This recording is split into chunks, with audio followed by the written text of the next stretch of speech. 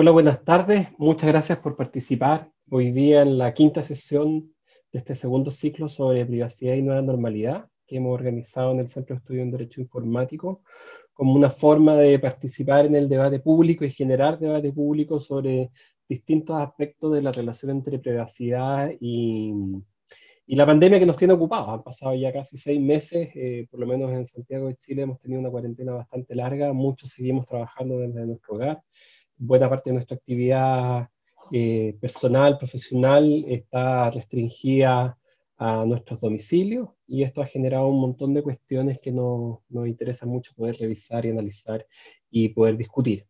En las sesiones previas hemos discutido un poco sobre privacidad y género, hemos discutido también sobre la privacidad en el entorno laboral, y ahora con mayor razón se van a empezar a generar nuevas situaciones que van a requerir un análisis y una discusión desde el punto de vista jurídico respecto a cómo el reintegro de los trabajadores y trabajadoras al lugar de trabajo va a generar nuevas tensiones con el derecho a la privacidad, especialmente respecto a los sistemas de registro, control. Y también tenemos la oportunidad hoy día de discutir un poco más sobre qué pasó con los datos personales de salud y qué es lo que sigue pasando. Por lo menos en el caso de Chile, Dania, te quería comentar que tuvimos una polémica inicial respecto a quiénes podían acceder a los datos personales sensibles, especialmente vinculados a contagiados de COVID. Hubo un debate público bien interesante ahí. Y es parte de lo que queremos discutir hoy día. Así que, sin más, quisiera presentar a nuestras invitadas del día de hoy, que como ha sido la tónica en las últimas actividades que hemos organizado, se trata principalmente de abogadas, investigadoras y profesionales de otras disciplinas, porque nos interesa un diálogo multidisciplinario. Es un panel conformado exclusivamente por mujeres. De hecho, y hoy día nuevamente me retiro una vez que haga la presentación y queda la moderación a cargo de Michelle. Hoy día nos acompañan Lorena Donoso, quien es académica de nuestra facultad, profesora del Departamento de Derecho Procesal, exdirectora del Centro de Estudio en Derecho Informático de la Facultad de Derecho, y quien tiene una larga experiencia en materia de protección de datos personales y especialmente en materia de protección de datos personales en el contexto de salud, ¿ya? También nos acompaña Paloma Herrera, quien es abogada de la Universidad de Chile, es diplomada en ciberseguridad por la facultad también, y es investigadora hoy del Centro de Estudio en Derecho Informático de nuestra universidad. Y por último nos acompaña Dania Gutiérrez, quien es nuestra invitada internacional. Dania es ingeniera mecánica eléctrica y tiene una maestría en electrónica y ciencias computacionales y es doctora en bioingeniería. Todo eso ya me resulta alucinante, así que ella también nos podrá hacer una presentación un poco más multidisciplinaria respecto a este tema que hoy día nos ocupa. Y la moderación quedará a cargo de Michelle Bordachar, que es investigadora del Centro de Estudios y abogada y diplomada también por nuestra universidad. Así que sin más le doy la palabra a Michelle para que tome la batuta. Muchas gracias a todas por participar hoy día. Hola a todas y todos. Bienvenido a esta quinta sesión. Es la primera de las últimas tres que vamos a hacer por este año. Y bueno, el día de hoy toca el tema de protección de datos, privacidad y salud, que al menos a mi parecer es un tema alucinante y estoy segura de que es uno de los temas más delicados en cuanto a datos personales, ya que es la información que mayores problemas podría presentar desde el punto de vista de discriminaciones, ya sea en el contexto laboral, salud, materia de seguros, para ingresar al colegio para postulación a los colegios, a universidades, etc.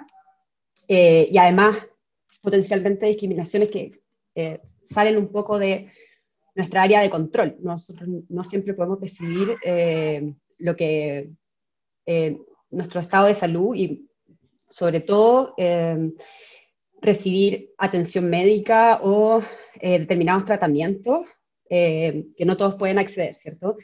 Entonces es un tema en el que el rango de acción de los individuos no es muy amplio, está más bien acotado ya sea por condiciones médicas intratables o ya sea por el presupuesto de las personas y las limitaciones económicas para hacer algo con los estados de salud, ¿no?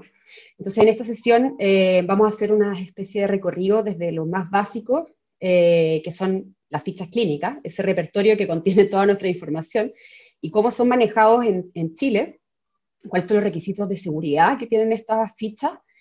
Luego, bueno, eso va a estar a cargo de Paloma, que también es investigadora en el Centro de Estudio en Derecho Informático, al igual que yo.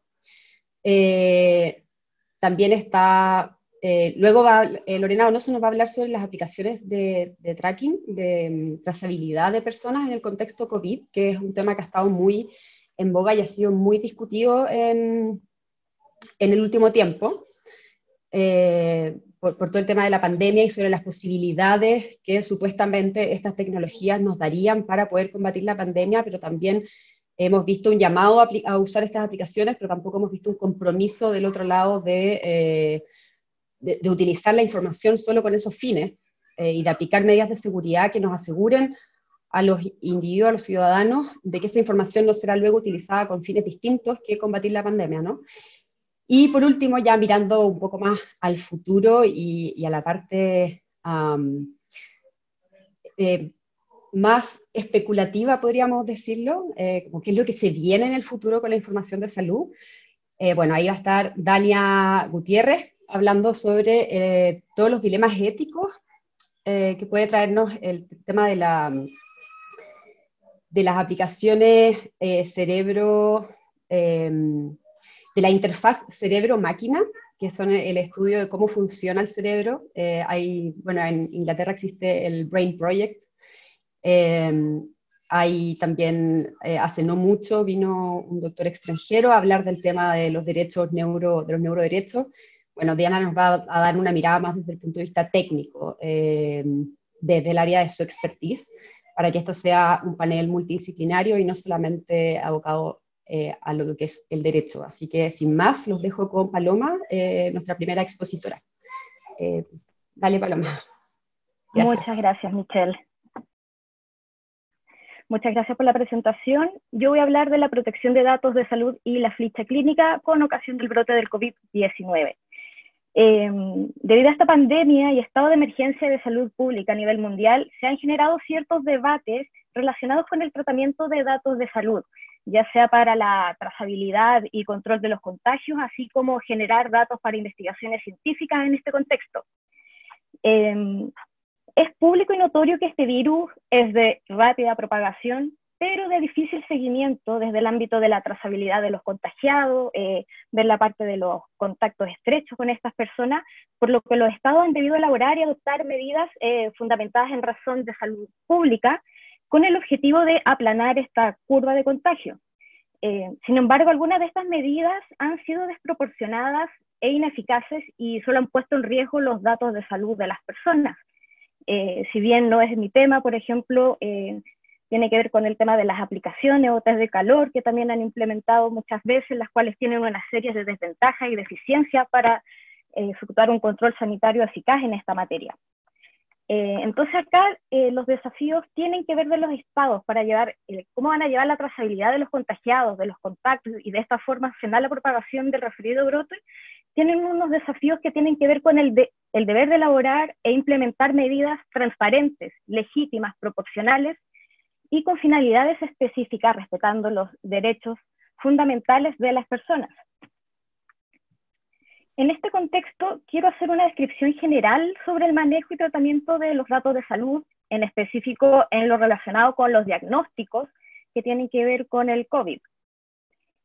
Bueno, el dato de salud es un dato sensible, el cual en la mayoría de las legislaciones le otorgan un tratamiento especial reforzado en comparación a la protección de datos personales. En este caso, en síntesis, los datos sensibles y en específico los de salud se les otorga un alto estándar de protección. En consecuencia, por regla general, se prohíbe su tratamiento, salvo ciertas situaciones excepcionales, las cuales son de derecho estricto. Es decir, que estas deben estar específicamente clarificadas y se debe evitar las ambigüedades en las normativas. Por eso en este ejemplo quiero hacer referencia al Reglamento General de Protección de Datos Europeos. Si bien después se van a compartir estas diapositivas, simplemente quiero hacer una descripción general para manifestar un estándar al que esperamos llegar a nivel de Chile. En este caso, el reglamento establece al dato de salud como una categoría especial de datos en el cual se prohíbe su tratamiento. Sin embargo, existen excepciones a esta prohibición. Sin embargo, por el tema que nos convoca, que tiene que ver con el COVID, me voy a limitar a señalar, bueno, el tema del consentimiento explícito para este tipo de tratamiento y dos situaciones más que también hace referencia a este reglamento, que tiene relación con cuando sea necesario para el cumplimiento de obligaciones y ejercicio de derecho específico por parte del responsable del tratamiento o del interesado en el ámbito del derecho laboral y de la seguridad y protección social, sin perjuicio que debe establecer las garantías adecuadas del respeto de los derechos fundamentales y de los intereses del interesado. ¿Por qué hago referencia a esto? Porque en el caso de España, por ejemplo, se ha interpretado que debido a esta letra y en aplicación a su legislación interna sobre el deber que tiene el empleador de proteger a sus trabajadores frente a riesgos laborales, estos podrían tratar datos personales necesarios para garantizar la salud de ellos y evitar los contagios en el trabajo. Entonces se ha llegado a señalar que el trabajador, en base a lo anterior, por ejemplo, no podría negarse a la realización de un examen PCR y tampoco prohibir a que su empleador tenga conocimiento de esto, lo cual es muy interesante en este tema, sobre todo después si empezamos a analizar qué pasaría en el caso de Chile. Bueno, y el otro ámbito que nos convoca también, que es lo que está contenido en la letra I, que dice que el tratamiento es necesario, se puede realizar por razones de interés público en el ámbito de la salud pública, como la protección frente a amenazas transfronterizas graves para la salud y para garantizar elevados niveles de calidad y de seguridad en la asistencia sanitaria en general. Sin perjuicio también que acá se señala que se deben establecer medidas adecuadas y específicas para proteger los derechos y las libertades del interesado, en particular el secreto profesional. En síntesis, acá vemos que el reglamento señala expresa y en forma restrictiva los casos en que excepcionalmente se puede tratar los datos de salud, señalando que se debe respetar los derechos fundamentales de la persona, lo cual en este caso, en el caso europeo, esto sí se puede asegurar, ya que, por ejemplo, en el caso español y en la Comunidad Europea existen autoridades como la Agencia Española de Protección de Datos que son las encargadas de fiscalizar, velar por la protección de estos datos y además tienen facultades de coerción y de sanción. Y ahora, ¿qué pasa en Chile? Específicamente respecto al tratamiento de datos de salud en el contexto del COVID y que además forman parte del contenido de una ficha clínica. Bueno, acá puse un sketch de muchas noticias que han ocurrido en este contexto en nuestro país y que han vuelto a evidenciar más que nunca los vacíos legales y ciertas ambigüedades presentes en la normativa que incide en la regulación de datos personales. Por ejemplo, también tenemos acá el caso de la situación de los alcaldes cuando querían tener acceso a datos de salud, supuestamente para control de la pandemia, o también, por ejemplo, ciertos casos de filtraciones que se han transformado en actos xenofóbicos y discriminatorios en razón por el coronavirus, o el caso de Interferencia, que se jactó de haber accedido a información reservada del Ministerio de Salud, pero que al final, más que ser un aporte público, perjudicó y puso en grave peligro los datos personales de las personas que estaban en esas ubicaciones. Bueno, estos son los casos de los que hablaba como de noticias que están ocurriendo a nivel de Chile. Y en este contexto, el escenario actual de Chile es el siguiente. Por una parte tenemos una ley de datos personales obsoleta, ineficiente, ineficaz y sin una autoridad que vele por su cumplimiento y la imposición de sanciones tanto para el sector público como privado, sin perjuicio de que el Consejo para la Transparencia tiene facultades para velar por el adecuado cumplimiento de la Ley 19.628 de datos personales, pero solamente esto se limita para los órganos de la administración del Estado. Y por otra parte, además, desde el ámbito de seguridad de los sistemas que contienen las fichas clínicas electrónicas, nos falta una normativa que resguarde la infraestructura crítica, como lo es, por ejemplo, los recintos hospitalarios, y también que, para qué decir, una ley marco de ciberseguridad y también temas de que podamos coordinar y prevenir las vulnerabilidades y brechas a la que esta información está expuesta. Lo que es peor, por ejemplo, en el caso actual que estamos frente a una pandemia, ni siquiera tenemos todavía un SAR de la ciberseguridad, sin perjuicio que esta labor ha sido suplida en cierta forma por nuestro CECIRT, que es el equipo de respuesta ante incidentes de seguridad informática. Bueno, en conclusión, se ha manifestado públicamente en relación a esta materia que falta una normativa que regule el tratamiento de datos de salud por razones de salud pública, por pandemia o por estado de excepción. No tenemos reglas claras y tenemos varios vacíos legales. Todo esto no hace más que incrementar el peligro de un tratamiento indebido o ilegítimo de los datos de salud, lo cual pone en grave peligro los datos de todas las personas. Y ahora sí estoy con esta diapositiva.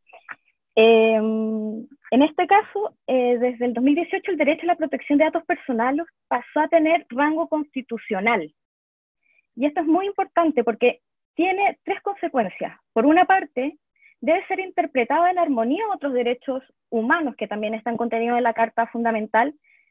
Lo otro, la regulación de los datos personales, la Constitución misma lo dice, tiene que ser por ley. Las materias sustanciales tienen que ser por ley, no por reglamento ni otros cuerpos legales inferiores. Y también las limitaciones al ejercicio de estos derechos son de derecho estricto y no puede afectar el derecho en su esencia. Luego, en el caso de la ley 19.628 sobre protección a la vida privada, si bien es lo que tenemos actualmente como regulación a nivel general de datos, señala que los estados de salud físico o psíquicos, acá señala estados, no datos de salud, son un dato sensible y al ser esto también una definición amplia, se incluye obviamente la información de la ficha clínica. En cuanto a la licitud de su tratamiento, por regla general, estos no se pueden tratar, excepto en tres circunstancias. Por ejemplo, cuando la ley lo autoriza. Y en el caso de los organismos públicos, también como ha recomendado el Consejo para la Transparencia, que ha sacado una serie de recomendaciones dirigidas a los organismos públicos, estos, para ver si se habilita estas circunstancias, ellos tienen que considerar, uno, si cuentan con habilitación legal, dos, si tienen habilitación por competencia, y tres, si es en función especial, ya que en caso contrario, tienen que solicitar el consentimiento expreso del titular. También esto es muy importante, por ejemplo, con el retorno a la normalidad, por ejemplo, que tiene que ver con ciertos organismos públicos que van a poner a disposición o ya ponen a disposición exámenes PCR preventivos o han realizado ciertos cambios, por ejemplo, en la forma de controlar el ingreso y salida de sus trabajadores, ya sea como establecer estos test de calor o por temas de evitar, por ejemplo, el marcar con la huella digital por tema de contagio, están tratando datos biométricos. En esos casos, por ejemplo, en la mayoría de los organismos también debiesen como solicitar el consentimiento expreso de los funcionarios. Y esperemos que eso se esté haciendo. También el otro caso, con lo que tenía relación con lo anterior, como el consentimiento del titular, y por último el otorgamiento de beneficios de salud. Pero ojo, para los que no saben mucho del tema, cuando se habla de beneficios de salud, uno podría decir, pero esto quizás puede ser por tema de salud público. Pero no, cuando se hace referencia a beneficio de salud, esto no se relaciona con eso, sino que tiene que ver más que nada, por ejemplo, como para cierto otorgamiento de beneficios de salud por parte de instituciones previsionales o por FONASA. Y de hecho, en la misma normativa dice que es como para casos de beneficios de salud, se dice expresamente. Luego, en cuanto a una regulación especial aplicable a datos de salud contenidos en la ficha clínica, tenemos las siguientes disposiciones. En general me voy a referir a la ley número 20.584 sobre derechos y deberes del paciente y también al reglamento de la ficha clínica que está en el decreto 41. Pero acá les dejo toda la normativa para que la conozcan. Ahora sí, ¿qué es la ficha clínica? La ficha clínica se señala que es un instrumento obligatorio para los servicios de salud, para poder como otorgar los servicios que ellos tienen que realizar en función de sus competencias. Y esto tiene como principal finalidad la integración de la información necesaria para otorgar asistencia a cada paciente. Cuando hablamos sobre este tema, tiene que ver con la información necesaria del proceso asistencial. No tiene que ver con como para otorgar ayuda u otros beneficios sociales, como ha sido señalado, por ejemplo, a todo esto por el tema de las municipalidades, que más adelante vamos a hacer referencia a eso. Y también dice que toda información de la ficha clínica, los estudios, tiene que estar conforme a lo señalado en la ley 19.628, que sin embargo, como bien ya mencionamos, tiene una serie de deficiencias, sobre todo que no contamos con una autoridad de control, no tenemos quien vaya a fiscalizar estos datos, sobre todo en el sector privado.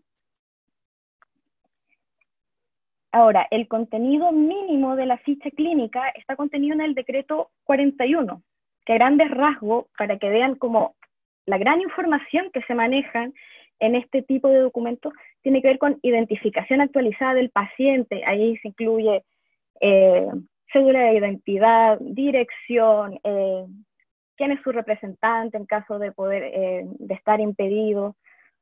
También incluye como número de identificador de la ficha y del prestador, también un registro cronológico y fechado de todas las atenciones de salud recibidas, siendo importante mencionar en este ejemplo, por ejemplo, que se incluyen los diagnósticos y los resultados de exámenes realizados, como por ejemplo un PCR.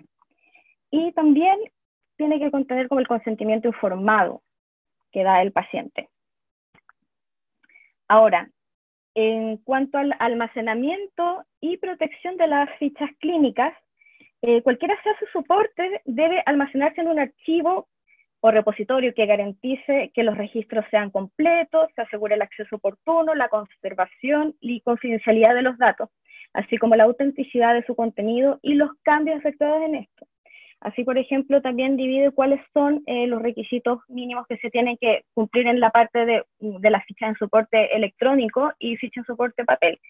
En el caso, por ejemplo, de la ficha electrónica, tenemos acá que ciertas medidas de seguridad que tienen que ver con respaldar cada proceso de incorporación de los documentos, por ejemplo, que no exista como algún problema, no se puede acceder a este tipo de información, lo cual es muy grave en el caso de que sea necesario tratar a un paciente, no sé, que llegue inconsciente, no se sabe qué pueda tener, y acceder al contenido de la ficha clínica es primordial, es debido a muerte. También, ejemplo, tienen que hacerse copias de seguridad en el lugar de operación de los sistemas de información y otra en otro centro de almacenamiento, por lo mismo. En caso de que un sistema falle, el otro va a estar disponible de backup. Y también se deben establecer medidas de seguridad y barreras de protección frente a accesos no autorizados. Por eso también esto tampoco no tiene que ser solamente asociado a un tema desde la parte eminentemente del sistema, sino que también tiene que ver con educar a los mismos funcionarios, por ejemplo, sobre el tratamiento de los datos que ellos están manejando en relación a sus funciones y también el nivel de acceso al que pueden tener.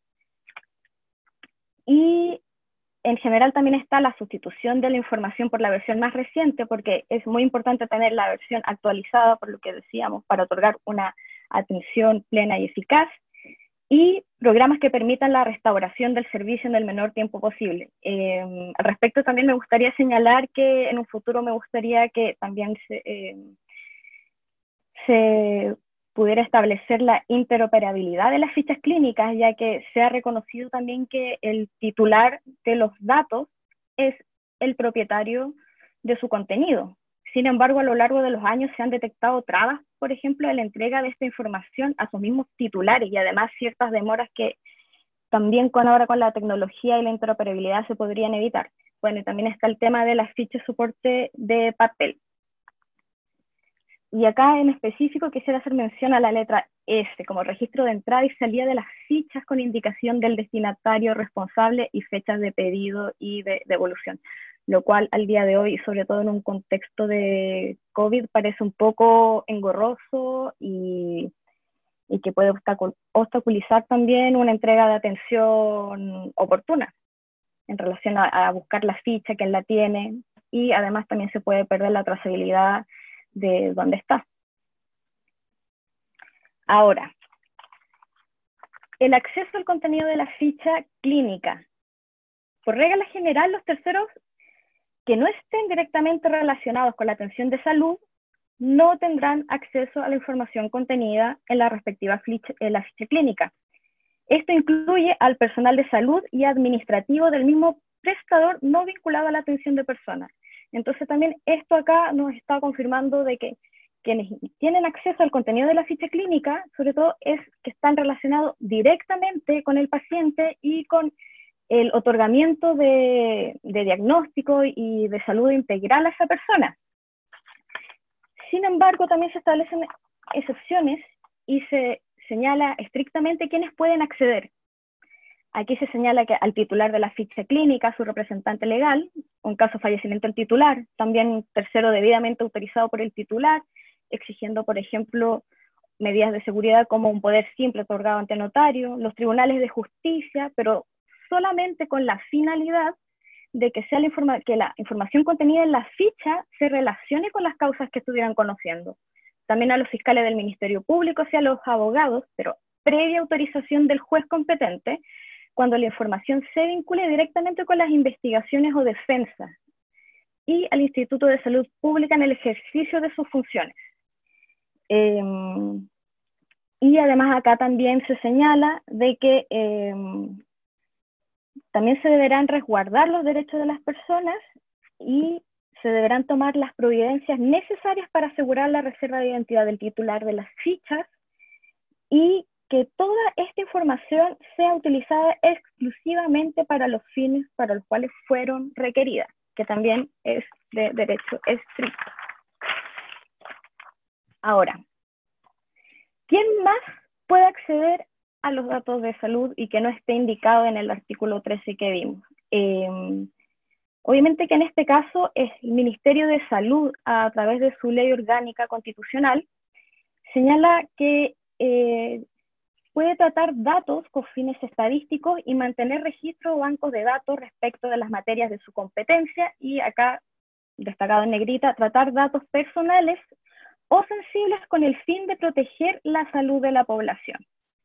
Esto también ha sido confirmado y compartido con el Consejo para la Transparencia en un oficio en el 501 que dictó en el 21 de abril del 2020, así como también por una interpretación se ha dicho, sobre todo considerando el contexto del COVID, también pueden acceder las fuerzas de orden y seguridad, que sería Carabineros y PDI, en virtud de lo señalado en el artículo 8 del Código Sanitario, con el objetivo de proteger la salud de la población, que tiene más que nada que auxiliar a la autoridad sanitaria. Y ahora, en relación a un tema que está muy vigente, que tiene que ver con los alcaldes y las Fuerzas Armadas, ¿pueden acceder a estos datos? La respuesta es no. No, y esto también ha sido confirmado a través de dictámenes de Contraloría, también por el caso de recursos de protecciones que han sido interpuestos por alcalde para acceder a esta información, en base a razones de ayudar a la autoridad sanitaria en el control. Pero como vimos, las municipalidades en general tienen potestades desde el ámbito de administración de gobierno local. No tiene que ver con una parte de otorgar una atención directa de salud, como es el caso que está previsto en el artículo 13 y permite estas situaciones. sin perjuicio de lo anterior, como existen estos vacíos y tenemos que hacer frente de alguna u otra forma a la pandemia, actualmente se encuentran en tramitación 2 proyectos de ley que son muy similares, que tienen por objetivo explicitar y extender las entidades que podrían acceder al contenido de las fichas clínicas en situaciones de pandemia o estado de excepción constitucionales. En general son 2. Este primer boletín busca, por ejemplo, que se autorice de manera expresa y específica la transferencia de información entre autoridades que necesariamente debe conocer a la población afectada en pandemia o epidemia. Acá explícitamente señala Ministerio de Salud, Servicio de Salud, Ceremi, Fuerzas del Orden y Seguridad, y solo en caso excepcional las Fuerzas Armadas. Mientras que el segundo proyecto tiene que ver con extender la autorización del acceso del contenido de la ficha clínica a los alcaldes, única y exclusivamente durante esta emergencia sanitaria. Bueno, como ya lo he mencionado, extender la facultad de los alcaldes ya sería un caso excesivo que va en contra de la proporcionalidad, de la finalidad de la recaudación de estos datos, siendo de que existen otras medidas que los mismos municipios pueden establecer e implementar para ayudar a la autoridad. Sin perjuicio, en este último caso, en el boletín, se pudo mejorar la redacción del artículo que se proponía como artículo 13 bis en la regulación, y se busca ahora explicitar también de que puedan acceder a estos datos los centros de atención primaria, porque al final ese era como uno de los problemas que se estaba identificando. Sin perjuicio de que la redacción ahora de los artículos que se están proponiendo en estos 2 boletines ha mejorado mucho su redacción y ha contado con la opinión de expertos que han reconocido también ciertos estándares del reglamento europeo, también hay un problema que siguen haciendo referencia a de que se deberá respetar la ley 19.628 y que en base a eso se podrán ejercer los derechos en caso, por ejemplo, de uso ilegítimo o indebido de los datos, pero como seguimos diciendo, solamente tenemos una letra muerta mientras no contemos en específico por una parte, con que se apruebe la reforma de la ley de datos personales, que eso sí incluye el tratamiento por salud pública, y por otra también que contemos con una ley marco de ciberseguridad. Estos al final son soluciones que podemos dar en base a lo que está pasando, pero no son del todo efectivas. Así que dejo el debate ahí en la mesa. Gracias. Muchas gracias, Paloma, por tu presentación. Bueno, ahora vamos con Lorena. Daniel ya la presentó. Además, Lorena es alguien que no necesita mucha mayor presentación porque es una seca de los datos personales. Tiene una larga trayectoria, así que en honor al tiempo, Lorena, te doy la palabra de inmediato. Ok, vamos a dar un poco por sentado algunas de las partes que señaló la Paloma en relación a la normativa general de la ficha clínica, y me quisiera ir un poquitito hacia otro lado dentro de lo mismo del tratamiento de datos de salud y trazabilidad. Vamos a ver si me permite esto. Ahí. Ya. ¿Qué tenemos que pensar? Estamos en el ámbito de la gestión clínica y políticas sanitarias como contexto. ¿Qué es la gestión clínica? La gestión clínica es el uso de recursos intelectuales, humanos y tecnológicos y organizativos para el mejor cuidado de los enfermos. ¿Ya? La gestión clínica es la gestión hospitalaria, básicamente.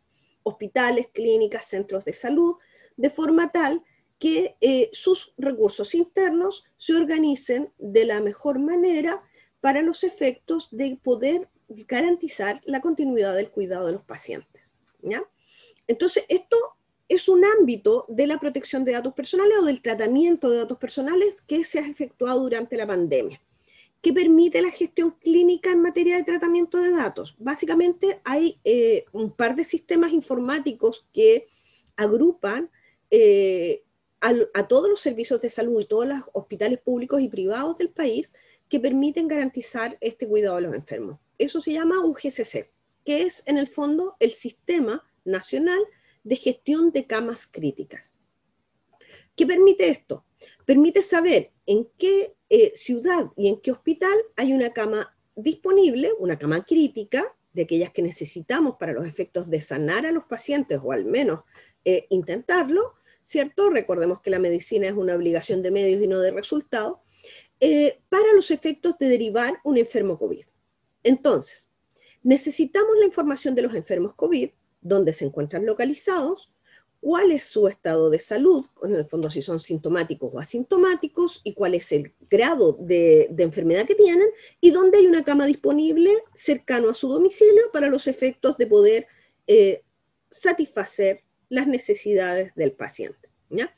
Cuando estamos hablando de cuidado de los enfermos, de la continuidad del cuidado, estamos hablando de prestaciones de salud que permiten la promoción, la protección y la recuperación de la salud. En este caso es la recuperación de la salud, importante, ¿ya? Entonces, un ámbito de la protección de datos o del tratamiento de datos personales en el ámbito sanitario en esta pandemia dice relación con la gestión hospitalaria, la gestión de las camas críticas, para los efectos de calzar o de hacer, de alguna manera, generar una disponibilidad para un paciente para los efectos de procurar la recuperación de su salud. En un segundo ámbito, la política sanitaria es el conjunto de recursos materiales e intelectuales encaminado a obtener objetivos sanitarios nacionales y contribuir a las políticas públicas de salud. Básicamente que la población no se enferme, o que la población se enferme de manera tal que el sistema de salud no colapse. También tengo que hacer referencia a esto porque es particularmente importante y es algo que ha estado en los medios y en las noticias bastante desinformada la gente, debemos decir, ¿no? En esta materia, en materia de política sanitaria, lo que busca el tratamiento de datos personales es contener de alguna manera al virus, o por lo menos saber por dónde anda y de qué manera se está comportando este virus. ¿Para qué? Para los efectos de garantizar la salud poblacional. Es un objetivo de política sanitaria, ¿ya? En este sentido, lo que se hace es identificar las necesidades, priorizar tanto los recursos como priorizar también las acciones de salud, proponer líneas de acción y su evaluación. La política sanitaria, en el fondo, es la que va definiendo, en base a la información personal, los datos personales de la gente enferma, ¿ya? Y su localización y su grado de enfermedad, va definiendo, por ejemplo, si acaso tenemos que levantar una cuarentena o si tenemos que instalar de alguna manera más camas, etcétera, ¿no? La política sanitaria, por tanto, es una visión macro que no tiene que ver con los enfermos, sino que tiene que ver con la población toda. Y de qué manera garantizamos la promoción, protección y recuperación de la salud de las personas, ¿ya? Entonces, en ese ámbito estaríamos más bien en el ámbito de la promoción, ¿no? Promoción de la salud de la población.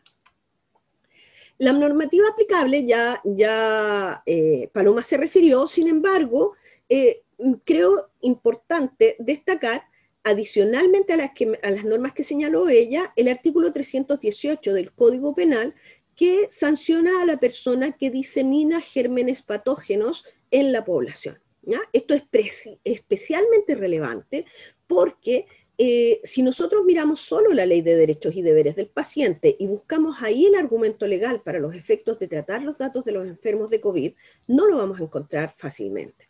En el Código Sanitario, en las normas de los artículos 22, 26 y 36, vamos a tener más luces. ¿Por qué? Porque el Código Sanitario obliga a la autoridad sanitaria a tomar el control de la en el sentido de saber quiénes están enfermos, aislar a las personas enfermas, identificar sus contactos estrechos y aislar a sus contactos estrechos. ¿Para qué? Para evitar que la enfermedad se propague o para mitigar los efectos de la propagación del virus, ¿no? Y para estos efectos, la autoridad sanitaria puede pedir el auxilio de la fuerza pública. Ejército, carabineros, policía de investigaciones y en los puertos las policías de puertos, ¿no? O sea, en el fondo, la autoridad sanitaria en esta materia no solamente tiene la obligación de saber quiénes están enfermos, por tanto tratar datos personales para saber quiénes están enfermos, aislarlos, por lo cual tiene que saber dónde están y mantenerlos ahí, y puede solicitar el auxilio de la fuerza pública de acuerdo a las zonas geográficas en que se encuentre cada una de las personas. Por tanto, estamos aquí en ese ámbito, ¿no? Luego, también es importante que el decreto 104 del 26 de marzo, que declaró el estado de excepción constitucional de catástrofe por calamidad pública en el territorio de Chile, da atribuciones especiales al Ministerio de Salud en esta materia, al nombrar al Ministerio de Salud como el ministro coordinador de esta materia. ¿Por qué? Porque es la autoridad sanitaria, porque estamos en el ámbito de un desastre o de una calamidad sanitaria. Y luego, el decreto 4 del 8 de febrero del 2020 de la Subsecretaría de Salud Pública que decreta la alerta sanitaria por el periodo que indica, ¿ya? Y otorga facultades extraordinarias, entre otras cosas, para tratar datos personales. Todo esto con el sombrero que antes vimos, la gestión clínica y la política sanitaria. No nos olvidemos de eso, ¿no? Otro punto importante que la gente no conoce, que normalmente la gente no conoce, y que hace que en definitiva exista desinformación. En Chile, en el Código Sanitario, hay unas cosas que se llaman ENO, enfermedades de notificación obligatoria. Las enfermedades de notificación obligatoria son aquellas que el Código Sanitario señala que cualquiera de las personas que las detecte en la población debe informárselas a la autoridad sanitaria. Las primeras enfermedades de notificación obligatoria que se han reconocido legalmente en Chile son las infectocontagiosas, por tanto, una pandemia. Entonces, ¿qué pasa? Cuando una autoridad sanitaria, cuando un médico tratante, cuando una enfermera, cuando un funcionario de la salud detecta a una persona con síntomas de una enfermedad de notificación obligatoria, debe notificarla a la autoridad sanitaria a través de un sistema específico, ¿ya? Aquí se van a dar cuenta por qué diferimos, en el fondo, de la ficha clínica. Las enfermedades de notificación obligatoria es información que, si bien consta en la ficha clínica, porque garantizamos la continuidad del cuidado del paciente, adicionalmente se debe notificar a través de un sistema de notificación obligatoria, ¿no? Y, por tanto, es un tratamiento de datos personales distinto de la ficha clínica. Por tanto, no tenemos que pensar quién tiene acceso a la ficha clínica para saber quién tiene acceso a la información sobre las enfermedades de notificación obligatoria. Tenemos que mirar el artículo del Código Sanitario que regula las enfermedades de notificación obligatoria. Y la autoridad sanitaria tiene la autorización legal para acceder a ella. Es más, el facultativo que tiene el conocimiento de la enfermedad de notificación obligatoria tiene la obligación legal de ingresar la información en el sistema correspondiente. Y aquí vamos a ponernos un poquito contingentes. ¿Cuáles son los sistemas de vigilancia para los efectos de la notificación obligatoria? Tenemos EpiVigila, que ha estado en las noticias por algunos accesos no autorizados y algunas cosillas que han pasado por ahí, y ha sido la madre de la discordia de la pelea con los alcaldes. No las fichas clínicas, ¿no? Sino que EpiVigila. EpiVigila es el Sistema Nacional de Registro, que en realidad su nombre legal es Raveno, que es la red nacional de notificación de enfermedades obligatorias, ¿ya? Enfermedades de notificación obligatoria, ENO, ¿ya? El registro, en el fondo, de enfermedades de notificación obligatoria. Cada vez que hay un PCR positivo, cada vez que a una persona se le toma un PCR, pasa a ser su RUT informado a EpiVigila, indicando datos tales como el nombre, el RUT, el domicilio, la fecha en que se le toma el PCR, la fecha en que se conoce el resultado del PCR, la fecha de la notificación, el lugar en donde debe hacer el aislamiento, donde debe guardar el aislamiento. Otro registro nacional importante es el Registro Nacional del Cáncer, que se acaba de aprobar por ley, ¿cierto? Y están en vías de creación el registro de autolesiones, que es el registro de personas en el fondo que han intentado suicidarse, y hay otro que está también en vías de creación, que es el registro de enfermedades de origen laboral, ¿ya? Entonces, importantísimo, cuando hablamos del acceso a los datos personales de enfermos de COVID, no estamos hablando del acceso a las fichas clínicas, estamos hablando del acceso a la información que consta en EpiVigila, en Raveno, ¿ya? En EpiVigila. Entonces, si nos centramos en ese punto, el marco constitucional que vamos a tener presente es efectivamente el 19 número 4 en cuanto al respeto a la protección a la vida privada y la honra de las personas y su familia, ¿cierto? No me voy a meter con el 19 número 9 porque no estamos hablando de la garantía de la salud de esa persona, porque no estamos en ficha clínica, sí estamos hablando de la garantía de la salud de la población nacional, en el sentido de que si se disemina el agente patógeno, podríamos tener en el fondo una gran cantidad de población enferma y probablemente en malas condiciones. Y luego también el artículo 39 de la Constitución, que restringe algunas garantías constitucionales en el caso de emergencia y calamidad pública, ¿ya? Por tanto, también es relevante tenerlo presente, que en atención a la situación de catástrofe, en atención a la situación de pandemia, se pueden restringir algunos derechos fundamentales, ¿ya? Las competencias de MinSal también se refirió Paloma, solamente me voy a referir a que la autoridad sanitaria tiene la obligación de garantizar el aislamiento de toda persona que padezca una enfermedad de declaración obligatoria. Ya les dije que eran las ENO, ¿ya? En este caso, COVID-19. Este es el artículo 22 del Código Sanitario. Aquellos que les interese el tema, léanse este artículo, ¿ya? Y toda persona que hubiera estado en contacto con el paciente de esta enfermedad. Ahí tienen que leer el 26 del Código Sanitario. No se pierdan, por favor. Váyanse por este lado, ¿ya? ¿Por qué? Porque en el fondo la autoridad sanitaria lo que tiene que hacer es contener el virus. Y para eso lo único que hay a nivel internacional y desde 1800 y tanto, desde las primeras pestes, es aislar a las personas enfermas, ¿ya? En ese contexto es que han surgido un montón de aplicaciones, no solo en Chile, sino a nivel internacional, para los efectos de trazar la enfermedad, porque la contención y trazabilidad se han estimado a nivel internacional y tradicional como la única forma de contener el virus. El tema aquí es que han participado tanto públicos como privados, ¿no? Y que por tanto, la lógica que se aplica a cada uno de ellos es totalmente distinto. Desde nuestro punto de vista, vamos a asumir la postura de la Unión Europea, y creo que es la lógica aquí en Chile. Quien debiera comandar o mantener estas aplicaciones debería ser la autoridad sanitaria, que es la que vimos, tiene competencias legales para los efectos de contener el virus, aislar y trazar. ¿Ya? ¿Qué pasa?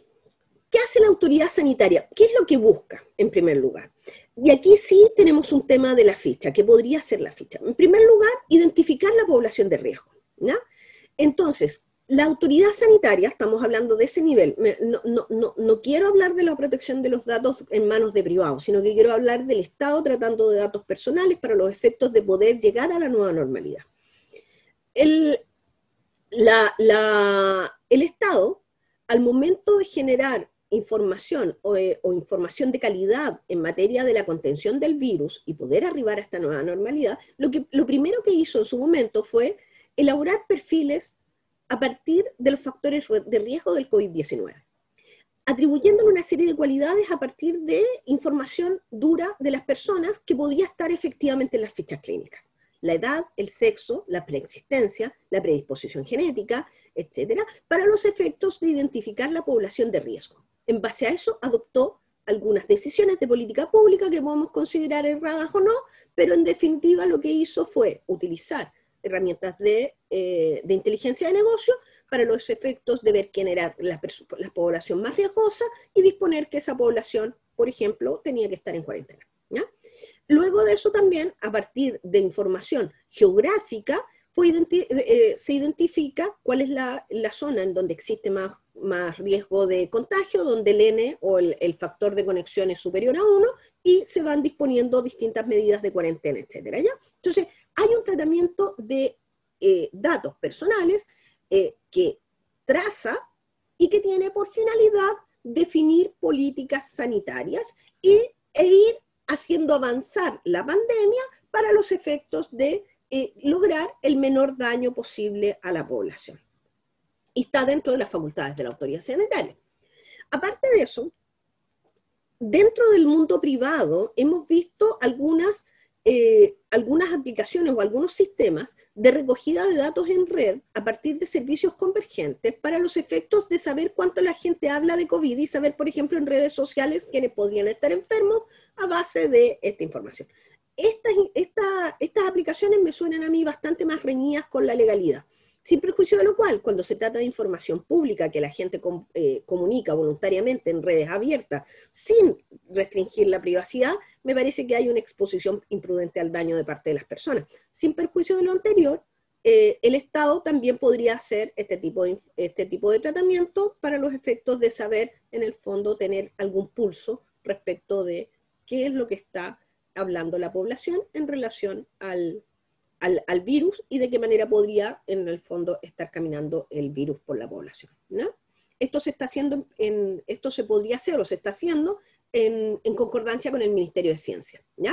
Tanto lo anterior como esto, trabajar con el Ministerio de Ciencias, con científicos de datos, para los efectos de poder ir adoptando las medidas de salud pública, ¿ya? Necesarias.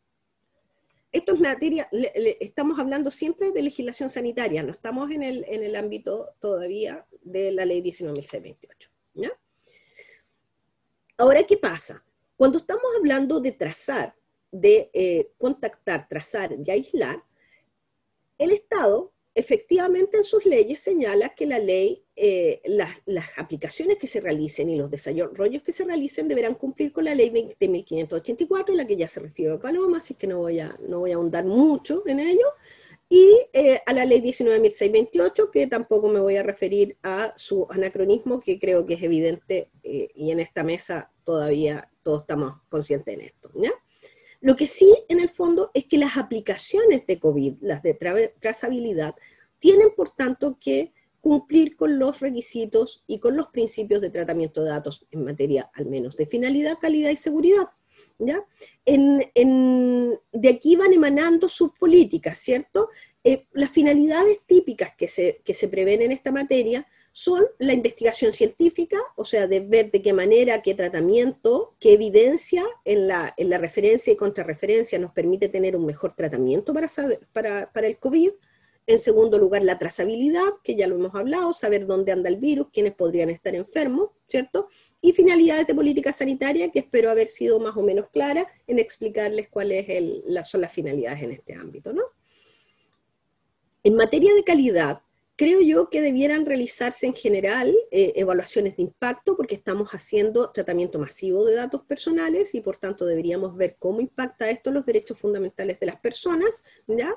Se han dado ejemplos en esta materia, no quiero tampoco entrar en esto, en el sentido de que podrían haber discriminaciones arbitrarias respecto de las personas.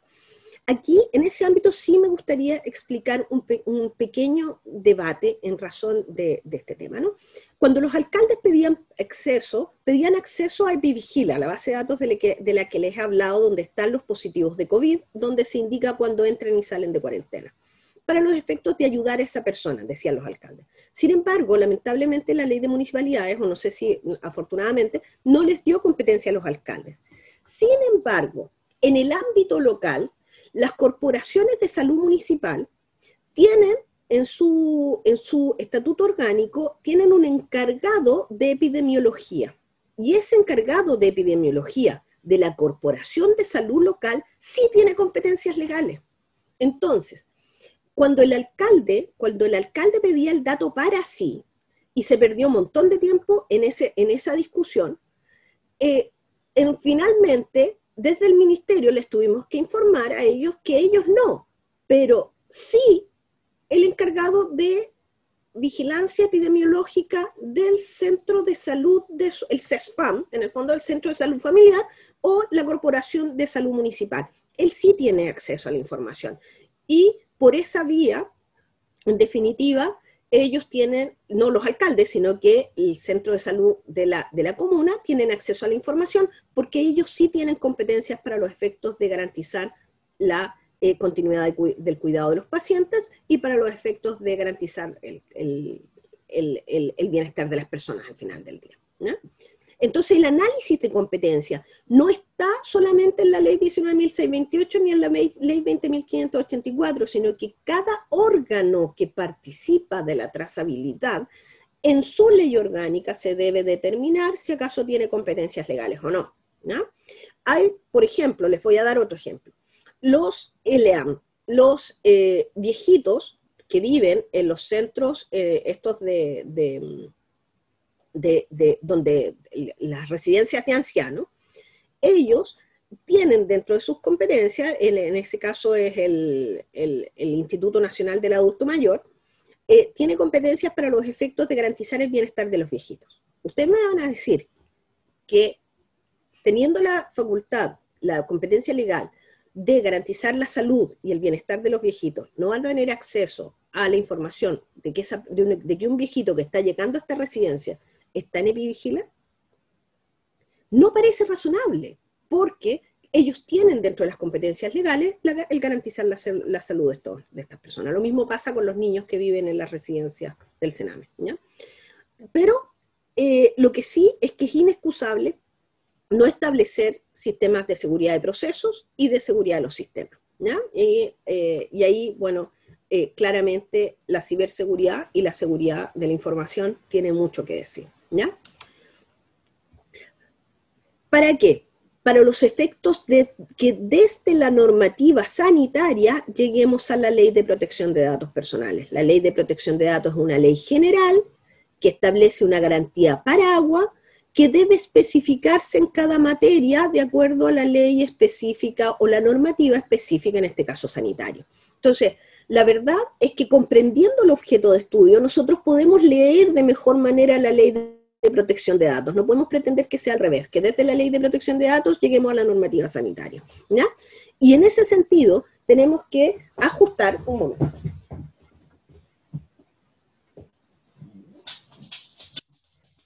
ajustar los principios de tratamiento de datos a las necesidades sanitarias, ¿no? Y, por tanto, todas las aplicaciones tienen que tener en sus corazones las reglas de calidad de proyectos, ¿ya? Y las reglas de calidad de proyecto las tenemos que leer en clave de protección de datos, en clave de protección de los datos personales y de los principios que rigen en esta materia.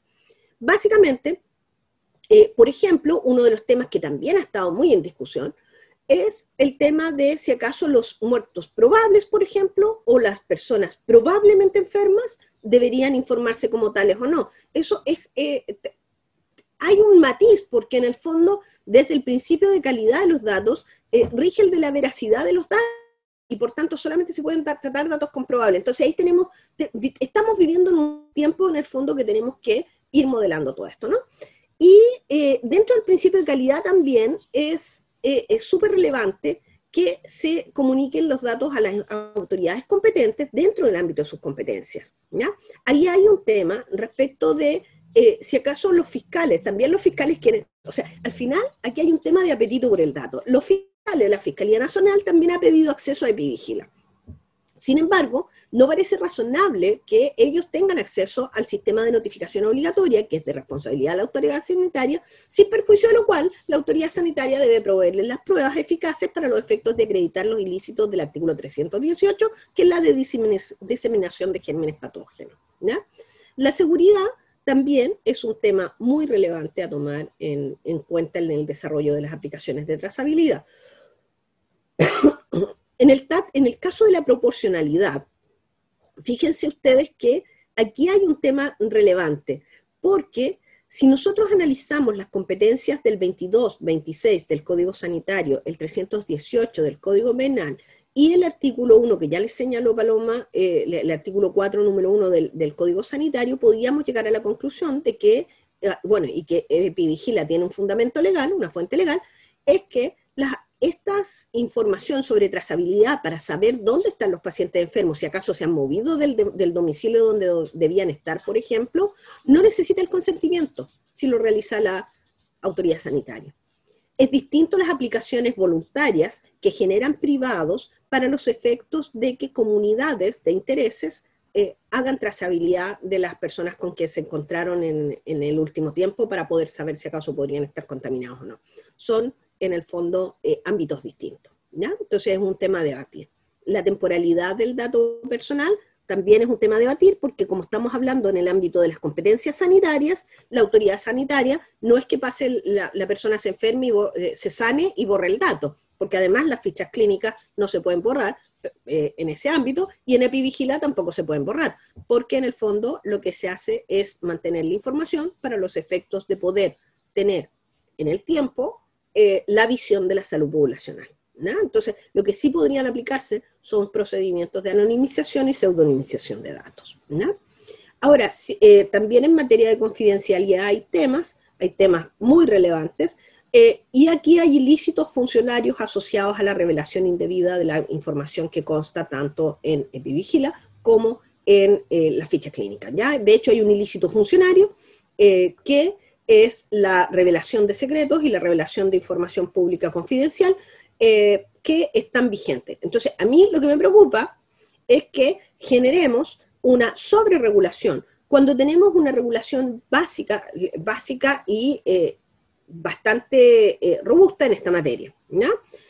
Sin perjuicio de lo cual, efectivamente, hay proyectos de ley que están dando vuelta y que pretenden dar una cierta certeza, que a mi juicio pueden dar más bien incertezas, ¿no? Porque podría tenerse la idea de que si nos faltó una autoridad ahí, por ejemplo, en esa lista que establece el proyecto de ley, podríamos después entrar en la sospecha ridícula de que una autoridad no podría tener acceso a los datos personales, ¿ya? Y por otro lado, lo otro complejo es que el proyecto de ley confunde la ficha clínica con los sistemas de notificación obligatoria, ¿ya?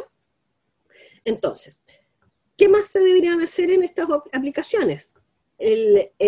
Además de la evaluación de impacto de que les hablé antes, deberíamos tener un documento de gestión de riesgos e incidentes de seguridad y unas políticas de privacidad que rijan respecto de la materia, ¿no? Entonces, no me voy a referir mucho al proyecto de ley que ya mencionó la Paloma, sino que lo único que voy a señalar es que tengamos presente que lo que me parece más notable del proyecto es que nos deja en claro que las finalidades del tratamiento en esta materia son los que les señalé antes. Una finalidad científica, colaborar en ampliar los conocimientos científicos del virus y el tratamiento que se aplica más eficaz, rastrear su propagación y asesorar en políticas públicas, ¿ya? En ese sentido, más bien yo creo que el proyecto de ley tiene una finalidad más bien educativa, una forma de llegar al Congreso y mostrarle cuál es el objetivo de la trazabilidad, más que, en definitiva, si llega a puerto o no llega a puerto, ¿ya? Muchas gracias. Eso. Bueno, ahora va nuestra invitada internacional. Perdón, Lorena, un millón de gracias por tu presentación. Debo decir que en respecto a materia de protección de datos, tratamiento de datos de salud con motivo de la pandemia, esta es sin duda, yo creo que la presentación más clara que me ha tocado ver, así que un millón de gracias por haber aceptado nuestra invitación y por tan clara exposición que nos has hecho. Bueno, ahora vamos gracias con nuestra... No, voy a ahora vamos con nuestra última invitada, ella es nuestra panelista internacional, Dania Gutiérrez. Dania Gutiérrez, además de ser una increíble profesional con doctorado, estuvo la beca Fulbright en materias que creo que jamás voy a ser capaz de estudiar, así que toda mi admiración para Dania, pero ella además es una destacada activista por los derechos de las minorías sexuales y, bueno, ella además es una mujer trans, así que creo que es bueno que en los espacios de mujeres empecemos a, ¿cómo se llama esto? A dejar de lado esas posturas TERF y también tener súper claro que no la estamos invitando porque sea una activista transexual o porque sea una activista de la comunidad de las minorías sexuales, la estamos invitando porque realmente tiene un currículum que es fascinante, increíble, ha estudiado en las mejores universidades, pero en el fondo el mensaje es al revés, es que el hecho de ser un activista no limite sus posibilidades de exponer y no limite nuestras capacidades de sentarnos, escuchar y aprender de otras personas que son parte de una minoría muchas veces discriminada. Así que nada, Dania, 1.000.000 de gracias por aceptar nuestra invitación, 1000 disculpas nuevamente por los atrasos en la programación, perdón, en el desarrollo de las exposiciones, y nada, vamos contigo, y tu tema también me parece alucinante, así que estoy esperando con muchas ansias desde que hablamos hace ya varios meses, así que te dejo el micrófono y la cámara y todo. Muchísimas gracias. No, también para mí es un placer estar aquí con ustedes y les agradezco muchísimo el espacio. También, no solo desde la perspectiva de género, el encontrar universidades importantes como la suya que estén generando espacios incluyentes, sino también el hecho de que se establezcan lazos multidisciplinarios en áreas que realmente lo requieren, como es esta, la que estamos platicando hoy en día, ¿no? Muchos no pensarán cuál es la relación entre la ciencia que a la que yo me dedico y el manejo de datos tan importante desde el aspecto legal, ¿no? Del manejo de datos. Y pues de eso se trata un poco lo que quiero platicarles el día de hoy. Ya ahorita hablaban de cómo la pandemia ha expuesto todos los rezagos relacionados a la ley de protección de datos. Y como decía Michelle, a mí me corresponde la parte especulativa, la visión a futuro sobre el tipo de datos que vamos a tener que estar protegiendo más adelante. Y yo no creo que sea en un futuro muy lejano. Entonces, para ello voy a usar aquí una presentación. Espero que la estén viendo. Entonces, voy a comenzar. A esta pequeña parte le he llamado neuroética en tiempos de interfaces humano-máquina. Entonces, voy a empezar por primero explicarles qué es eso de las interfaces humano-máquina. Y para ello quiero hacerlo con un ejemplo de lo que hacemos en mi laboratorio. Mientras ven estos videos les voy a ir explicando y les pido por favor que mantengan en mente esta pregunta, ¿no? ¿Quién controla el robot? Y es que el primer video que les voy a mostrar, esto es exactamente de este brazo robótico que tenemos en el laboratorio, que está moviéndose para levantar un objeto a un pequeño disco. Y lo voy a colocar en uno de los dos círculos que tienen, frente, uno verde y uno rojo. En este caso va y lo posiciona en el disco verde. Y ahora va a entrar uno de mis alumnos y va a mover de posición las cosas de la mesa. Entonces el robot va a volver a realizar la acción de pues, tomar el disco y colocarlo en alguno de los dos círculos, el de la izquierda o el de la derecha, verde o rojo. Y ahorita en este caso incidentalmente lo va a volver a colocar en el disco verde.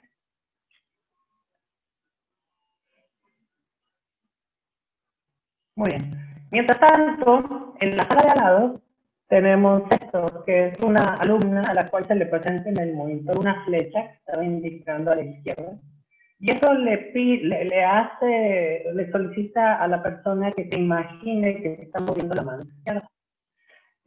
Nosotros leemos la actividad cerebral con esa burbuja que tiene nuestra alumna. Medimos señales eléctricas relacionadas con el pensamiento. Y entonces el robot lo que hizo fue poner el disco en el círculo del lado izquierdo. Entonces el comando inicial, ahorita lo van a volver a ver, la flecha apuntando hacia la izquierda, es el comando de a dónde va el disco. Y la alumna le pasa ese comando al sistema pensando o imaginando que se mueve la mano, pero ella no sabe, simplemente lo imagina. Y mientras tanto, en nuestra computadora principal lo que vemos es todo esto, ¿no? Vemos ahí una pequeña pantallita con la actividad cerebral que estamos haciendo de alumno. Vemos una serie de tomas que son la visión artificial del robot, porque el robot tiene que saber dónde están todas las cosas posicionadas en la mesa. Y aquí atrás de mí pueden ver, o abajito, una esfera que se mueve un poquito. Esa esfera realmente es una representación de toda la matemática geométrica que nosotros utilizamos para indicarle al robot moverse. Entonces, pues si se quedaron con la pregunta en mente de quién está moviendo al robot, pues es una pregunta muy filosófica, ¿no? Porque realmente quien lo está moviendo, estrictamente hablando, es nuestro sistema computacional a través de esta álgebra muy compleja que nosotros hemos establecido.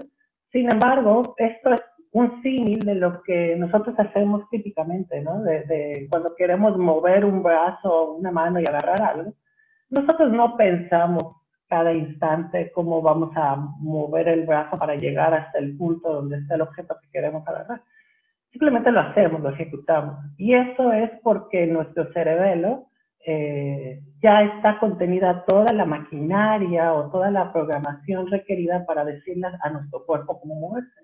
Y en realidad nosotros nada más ejecutamos un comando. Es decir, quiero que se mueva y el cerebelo inmediatamente entra en acción y lo hace. Para esto, todo esto para nosotros es autónomo, pero además es una caja negra que no sabemos cómo funciona. Entonces, parte de mi trabajo es utilizar este tipo de sistemas, humano-máquina, en donde nosotros controlamos una máquina y hacemos inferencias o similitudes acerca del funcionamiento de nuestro cerebro, porque al final de cuentas tenemos acceso a actividad del cerebro. Y esa actividad finalmente se puede reflejar en datos. Y pues el manejo de datos es pues, la principal causa que nos trae el día de hoy esta plática, ¿no? Sin embargo, las aplicaciones son diversas de este tipo de sistemas. Principalmente se busca que estos sistemas sean, que permitan aplicaciones clínicas para, por ejemplo, otorgarle el movimiento a personas que lo han perdido, para personas tetraplégicas o parapléjicas, y entonces permitirles que con solo el pensamiento puedan operar un brazo robótico, que haga las veces de su brazo y entonces pueda darles un poco más de autonomía. Sin embargo, bueno, dicen, pues, si es posible controlar un brazo robótico con la mente, pues no nada más debe estar reservado a las personas tetraplégicas o parapléjicas, ¿no? A lo mejor a mí se me antoja tener un brazo adicional que pueda controlar y mejorar mis capacidades, ¿no? Entonces aquí vienen las preguntas éticas, ¿no? ¿Quién decide sobre el cuerpo? Esto no es nuevo. Desde finales de los 70s y principios de los 80s, este artista Stellar ya se había planteado la posibilidad de usar este tipo de dispositivos, de máquinas, de interfaces humano-máquina, para mejorar las capacidades. Pero él lo veía desde un punto de vista muy filosófico, hablar de la obsolescencia del cuerpo. Es decir, nuestro cuerpo pues, va a empezar a perder sus capacidades y nosotros vamos a necesitar reemplazarlas. Y entonces, pues podemos usar elementos mecánicos que nos permitan llegar a eso, ¿no? Sin embargo, lo que les decía, bueno, ¿por qué no nada más reemplazar y a lo mejor también agregar, ponerle otro brazo? O cosas más pudieran considerarse poco convencionales, como ponerme orejas de gato, a lo mejor una cola de gato, cosas así, ¿no? Entonces, ¿quién decide sobre el cuerpo? Es también parte de las preguntas que nosotros tenemos que irnos haciendo conforme van avanzando este tipo de tecnologías, que vamos a llegar al punto en que tengamos la capacidad de generar sistemas que nos permitan inclusive mejorar nuestras capacidades. Y pues lo que yo trabajo tiene que ver mucho con esto, o se ha asociado mucho con los pensamientos y con la capacidad de leer la mente. Realmente nosotros no llegamos a tanto, o sea, nosotros adquirimos señales y sí esas señales están relacionadas a muchos eventos, principalmente eventos relacionados a actividades motrices o actividades cognitivas, memoria. Pero de todas maneras, cuando medimos esos datos, ¿quién es el dueño de esos datos? ¿La persona que los generó o la persona que los está midiendo? Entonces, la pregunta ahí también es si puedo acceder a los derechos sobre mis pensamientos. Y volviendo al experimento que les mostré, en donde la alumna estaba controlando hacia dónde se movía el robot, esa alumna en particular lo podía hacer muy bien, de hecho, con un 90% de eficacia, es decir, 9 de cada 10 veces que ella le decía al robot que se fuera a un lado, el robot le hacía caso y se iba a ese lado. Entonces nosotros lo que tenemos la capacidad de hacer es medir todas esas señales y generar estos mapas que les estoy mostrando aquí, de cómo están relacionadas distintas áreas del cerebro. Eso es a lo que nosotros llamamos conectividad funcional. Y pues para el caso de este ejercicio de mover al robot, pues vemos que la conectividad funcional de esta persona pues, se orientaba mucho hacia ese punto que está marcado ahí con la estrella, que es la corteza motriz, y pues tiene sentido porque le pedimos a la persona que ejecute una actividad motriz y exactamente en esa zona está ubicada la corteza motriz de nuestro cerebro. Sin embargo, otra persona a la que pusimos a hacer el mismo experimento obtuvo menos capacidad de controlar al robot, en este caso 70% eficaz. Entonces vemos un patrón distinto, más orientado hacia los lóbulos temporales. Y más allá de la explicación fisiológica de lo que les estoy mostrando, lo que quiero dejar patente es de que nosotros podemos empezar a generar estos patrones de actividad cerebral y que son personalizados y que de alguna manera nos están empezando a hablar un poco acerca de las capacidades cognitivas de las personas. O al menos en este caso pudiera hablarnos de que la persona no es capaz de controlar este sistema o que a lo mejor estaba muy distraída, pero nosotros empezamos a obtener información de procesos cognitivos a través de estos datos que estamos viviendo. Entonces, el uso que podamos hacer de esos datos es muy importante protegerlo. Nosotros lo utilizamos para medir lo que llamamos el contexto. A nosotros lo que nos interesa es generar mejores sistemas que en un futuro puedan ser útiles para investigación y para cuestiones clínicas, lo que les mencionaba de pacientes tetraplégicos y parapléjicos. Pero a la vez estos sistemas nos están empezando a generar muchos datos acerca de la experiencia que tienen las personas al contacto con estos sistemas. Nos van a hablar de emociones, de el confort y si están a gusto o no teniendo todos estos sistemas sobre ellos. Y el punto aquí primordial es que nos va a empezar a hablar de las capacidades cognitivas de las personas. Y cuando hablamos de eso, de empezar a medir capacidades cognitivas, luego salta a la luz la posibilidad de empezar a segregar a las personas en función de dichas capacidades. Entonces hay que tener mucho cuidado en el manejo de esas capacidades. Y finalmente, pues las expectativas que las personas tienen de los sistemas y nosotros de los pacientes, de los voluntarios. Este video es de una película futurista, aunque es de los 80s, que es de Wim Wenders, que se llama Hasta el fin del mundo. Curiosamente, cuando Michelle me invitó a dar esta plática, yo estaba volviendo a ver esta película y en ella se plantean muchas cuestiones, problemáticas éticas de la ciencia y particularmente de este científico que está grabando sus sueños para mostrarlos en una pantalla. Y pues la tecnología existe y no sé si estamos lejos de llegar a eso, ¿no? Pero entonces la pregunta ahí es, bueno, ¿quién va a ser dueño de los sueños de las personas una vez que estén en imágenes? Les recomiendo mucho que vean esta película, es una película muy buena, de Wim Wenders. Y entonces, bueno, ya casi se me acaba el tiempo, me quedan 2 minutos. Todo esto lo que nos habla es de que con los avances de las tecnologías y con los avances en la capacidad de leer estos pensamientos o de entender la actividad cerebral, pues surge la necesidad de empezar a hablar de neuroética, es decir, de tener una manera de alinear toda esta exploración y todos estos descubrimientos con un sistema de valores, con el sistema de valores humanos. Esto puede sonar muy ambiguo, pero es muy importante y es algo en lo que hemos estado trabajando como comunidad científica. Algunos de los retos pues es esto, ¿no? De ¿Qué es exactamente leer la mente? Y cuál es la privacidad asociada a esa lectura.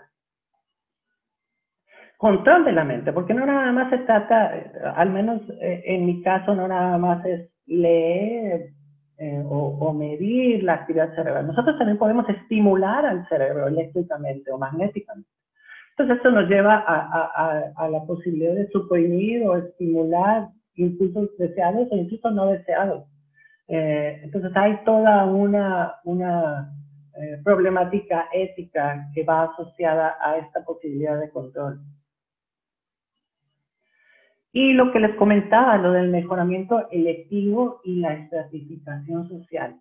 Siempre que hay un avance científico y tecnológico, debemos de garantizar que este sea pues, disponible para toda la sociedad. La realidad no es así. Normalmente este tipo de sistemas a lo que llevan es a una estratificación social y lo vemos pues, en el día a día con los automóviles, por ejemplo. El auto es una interfaz humano-máquina y también es un elemento de estratificación social. No es lo mismo conducir un Mercedes a conducir pues, un Nissan, por ejemplo. Entonces, con este tipo de tecnologías vamos a tener la misma problemática, ¿no? Si yo quiero a lo mejor agregarme un brazo robótico, va a haber quien quiera dos y va a haber a quien pueda pagar más. No lo sé. Entonces, ¿qué es lo que estamos haciendo? ¿O qué herramientas contamos como comunidad? Pues al menos en nuestra área tenemos comités de ética a quienes les informamos ampliamente acerca de los alcances y de cómo vamos a realizar los experimentos. Y a nuestros voluntarios siempre los sometemos a un consentimiento informado. Les explicamos muy bien el propósito del experimento, los pros y los contras de ser voluntarios de ese experimento y sobre todo qué va a suceder con sus datos, el manejo que vamos a hacer de esos datos. Esta no es responsabilidad exclusiva mía, es una responsabilidad de equipo. Toda la gente asociada a este experimento debe de tener conocimiento del manejo apropiado de los datos que estamos adquiriendo. La comunicación con los medios masivos, una mejor divulgación. Especialmente ahora en tiempos de las fake news, siempre se saca de proporción cualquier descubrimiento científico y tecnológico e incluso a los científicos a veces se nos acusa de querer conquistar al mundo. Entonces yo creo que nosotros como científicos y como comunidad debemos de tener una mejor comunicación con los medios masivos para poder divulgar de manera acertada los alcances que tiene nuestra investigación. Y finalmente, pues el establecer grupos multidisciplinares como este que tengo el gusto de conocer con ustedes, de abogados, porque pues ya lo han platicado anteriormente, hay toda una problemática, un rezago en la ley de datos personales, pero además hay aspectos filosóficos, éticos y sociales a considerar. Entonces, todo eso pues está a debate. Hemos hecho algunos logros, pero pues todavía nos queda mucho trabajo por hacer. Y lo más importante es que lo tenemos que empezar a hacer ahora, porque ya la ciencia cada día nos permite hacer cosas nuevas y muy pronto vamos a tener que proteger pues, nuevos datos. De entrada, toda la actividad cerebral que estoy midiendo eventualmente puede usarse como un dato biométrico. Entonces, habrá que alinear la legislación en ese sentido para pues, proteger los datos de las personas. Y pues bueno, eso es todo lo que tenía por comentarles. Yo creo que ahora podemos pasar pues, a la discusión. Muchísimas gracias, Dania, por tu presentación, muy interesante.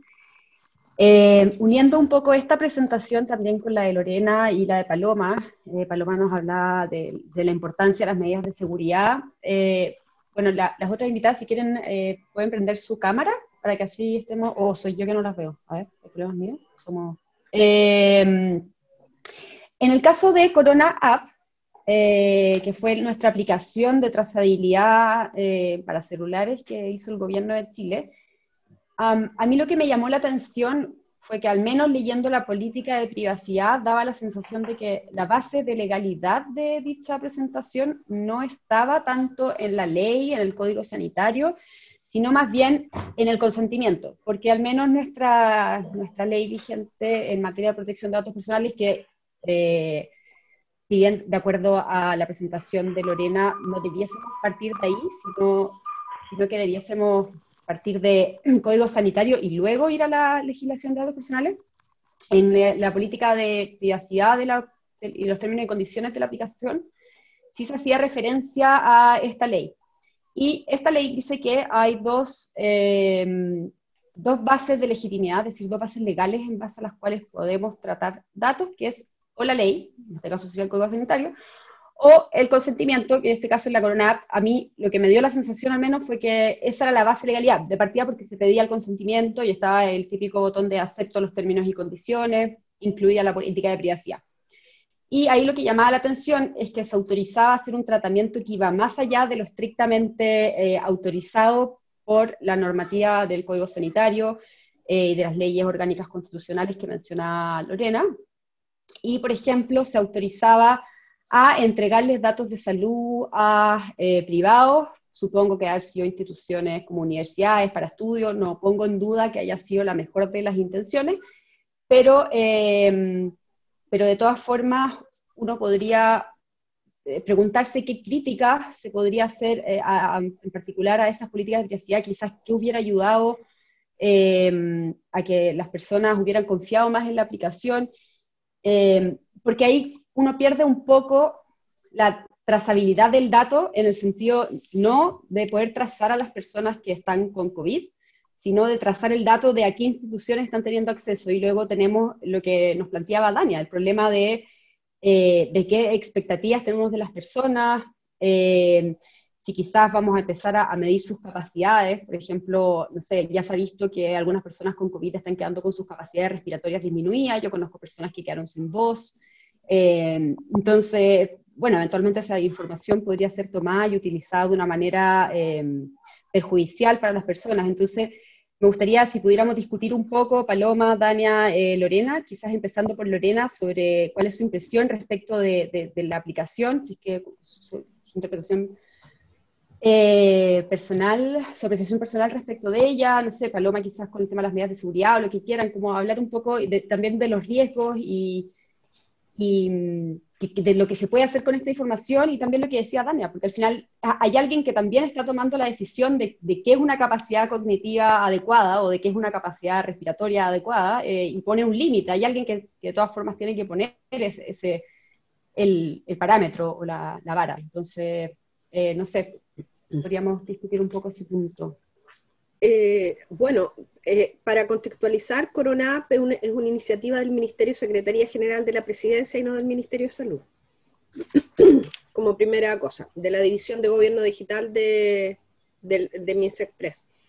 Y claro, efectivamente en ese sentido, no siendo la autoridad sanitaria, no está más bien en el ámbito de la voluntariedad.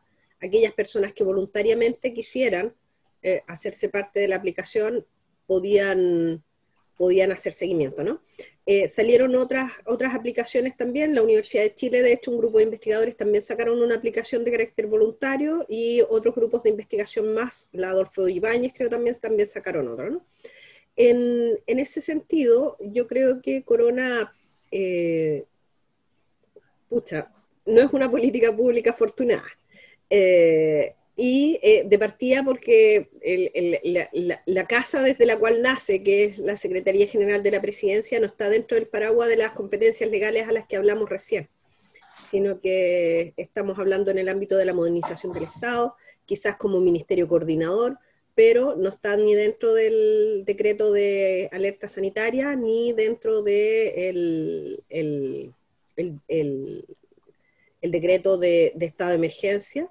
Y por tanto estamos fuera de ese ámbito, y en ese sentido es que es voluntario, ¿ya?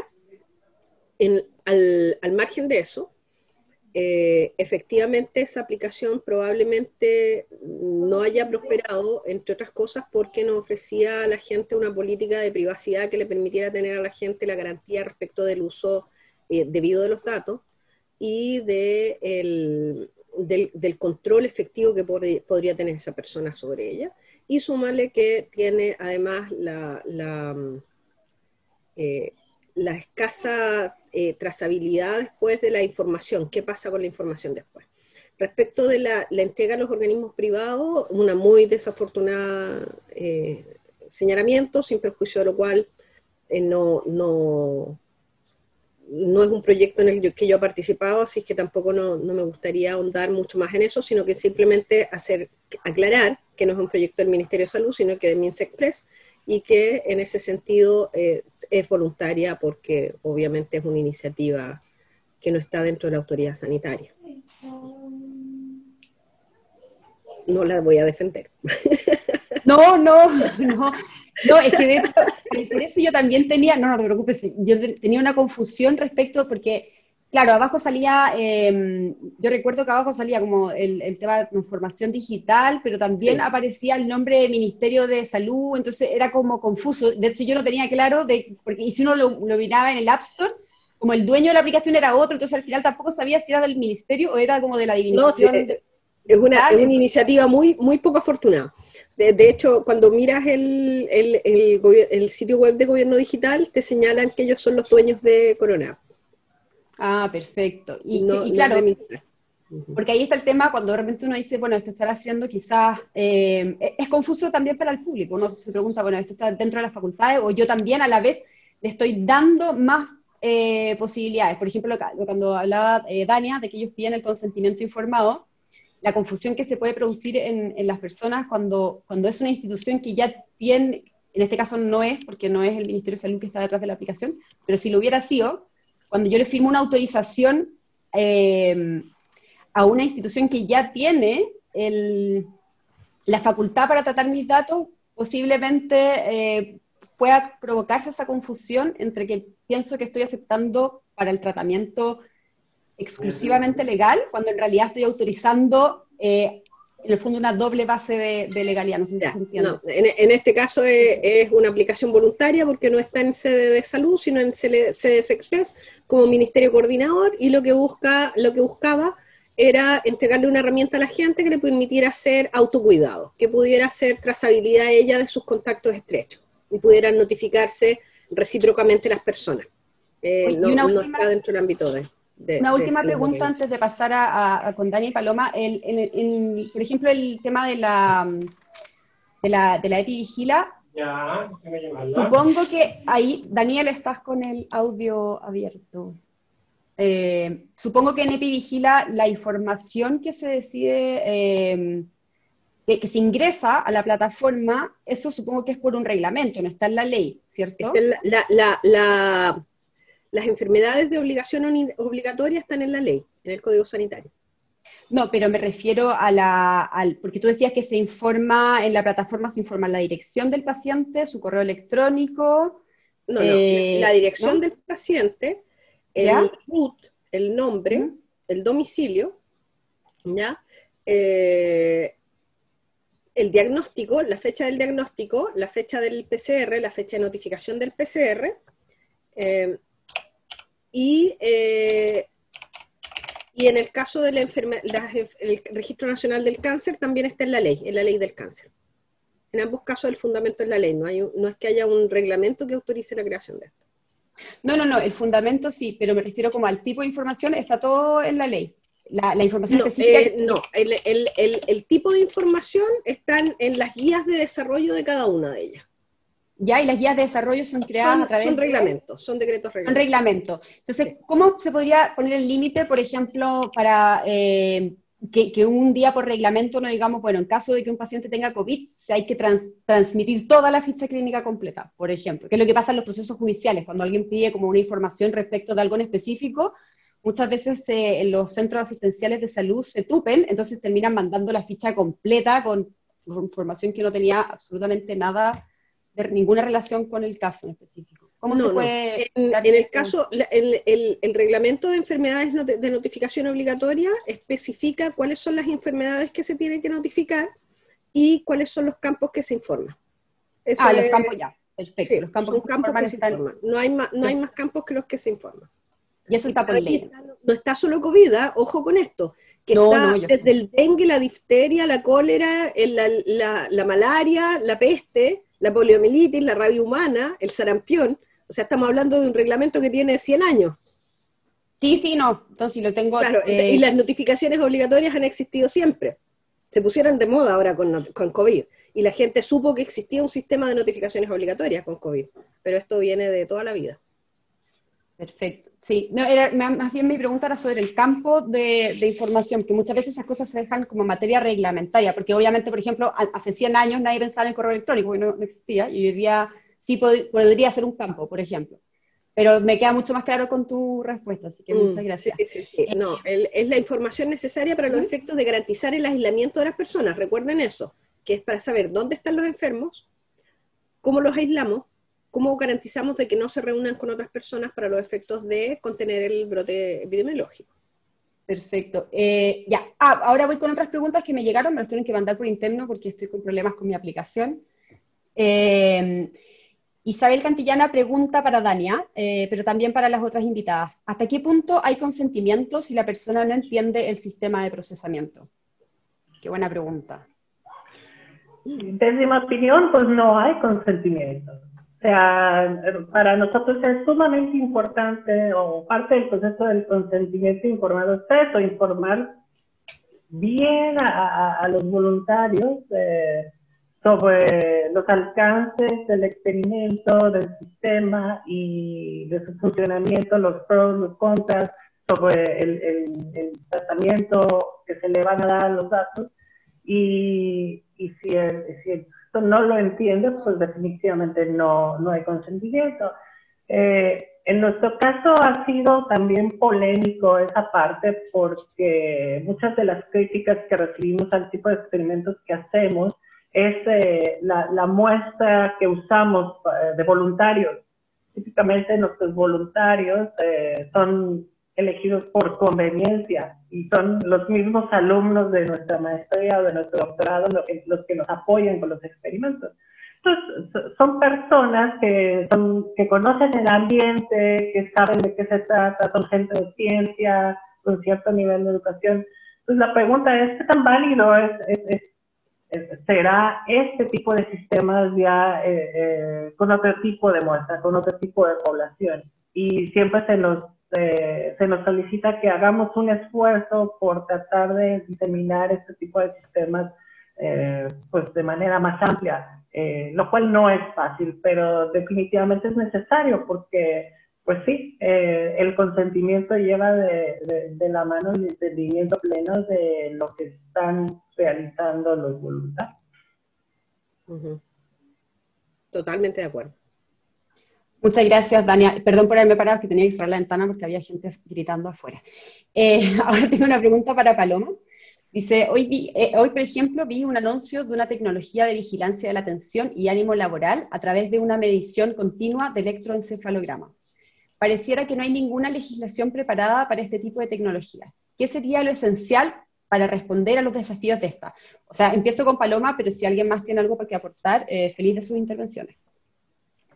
A ver, en este caso, primero sería contar con una legislación eficiente, eficaz, pero ya que no está por eso, por ejemplo, en estos casos, donde tiene que ver con vigilancia de atención y ánimo laboral, es muy importante que se informe a los trabajadores, por ejemplo, quién es la empresa que está tratando estos datos, a quién contrataron, se transparenten los procesos, se digan las finalidades, se digan qué datos se van a tratar, por cuánto tiempo, y lo más importante, por ejemplo, es que se le informe, no sé, a través en el sector privado de un anexo al contrato, se les haga alguna capacitación de información. Al final lo que más podemos hacer, por lo menos en Chile y con la realidad que tenemos, y sobre todo la falta de regulación que se tiene sobre el manejo de datos por el sector privado, es la buena fe y tratar de tener buenas prácticas. Eso. ¿Alguien más le Yo gustaría intervenir? Sí. Es que hace un rato vi esa pregunta y me fui al internet a ver la nota exactamente.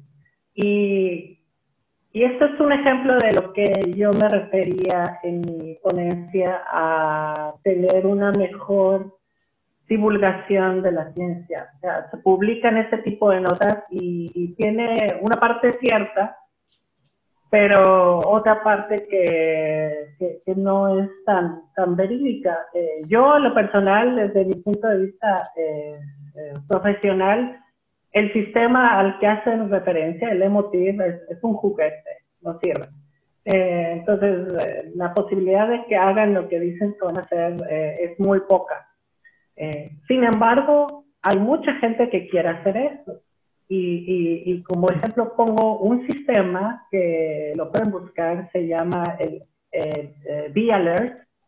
Es un sistema desarrollado en California, pero que lo desarrollaron con el propósito, o auspiciado por el Ejército de los Estados Unidos, con el propósito de monitorear la actividad cerebral de los soldados en el campo de batalla, para ver su nivel de atención al momento de estar en plena batalla.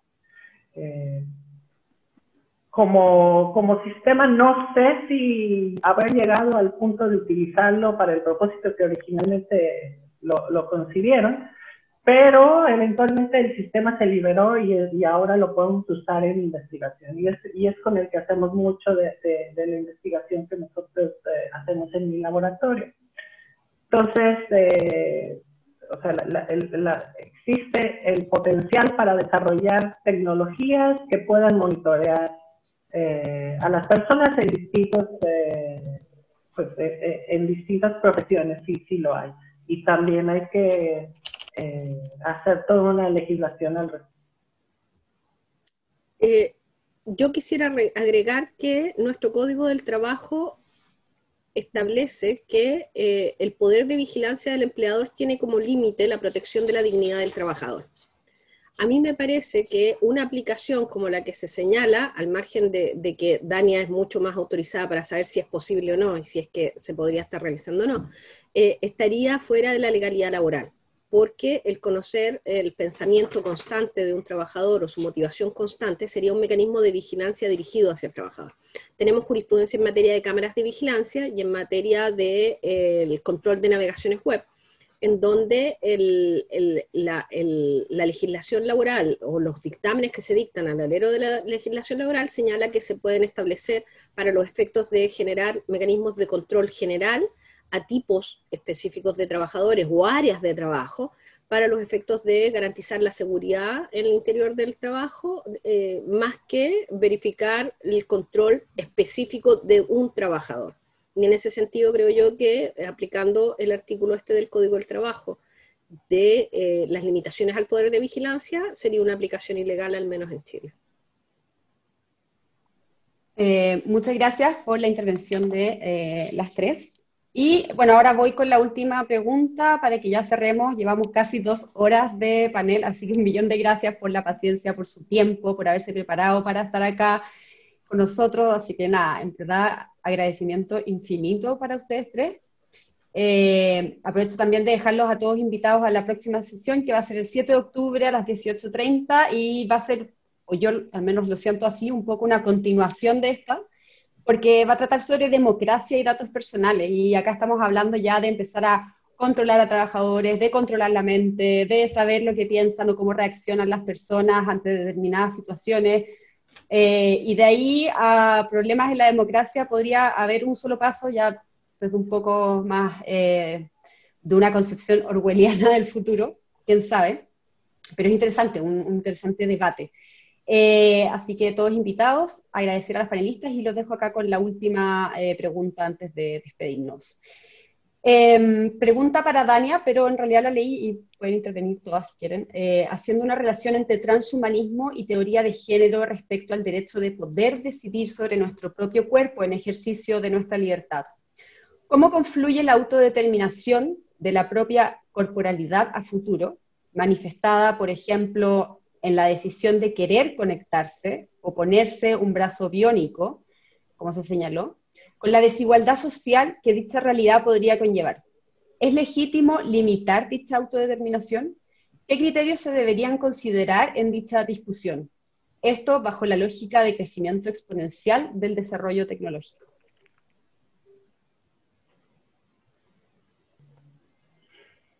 Bueno, si me permiten intervenir, la pregunta la puse a propósito para generar esa polémica de quién decide sobre el cuerpo, ¿no? Y en ese sentido yo creo que hemos hecho o hemos avanzado como sociedad en ir rompiendo barreras. Ya vamos rompiendo la barrera del género, estamos rompiendo la barrera del cuerpo, en términos de tener más decisión, ¿no? Yo soy un ejemplo de eso. Hasta no hace muchos años los avances y el poder decisionar era un tabú y ahora ya está siendo un poco más aceptado y inclusive ya se está legislando.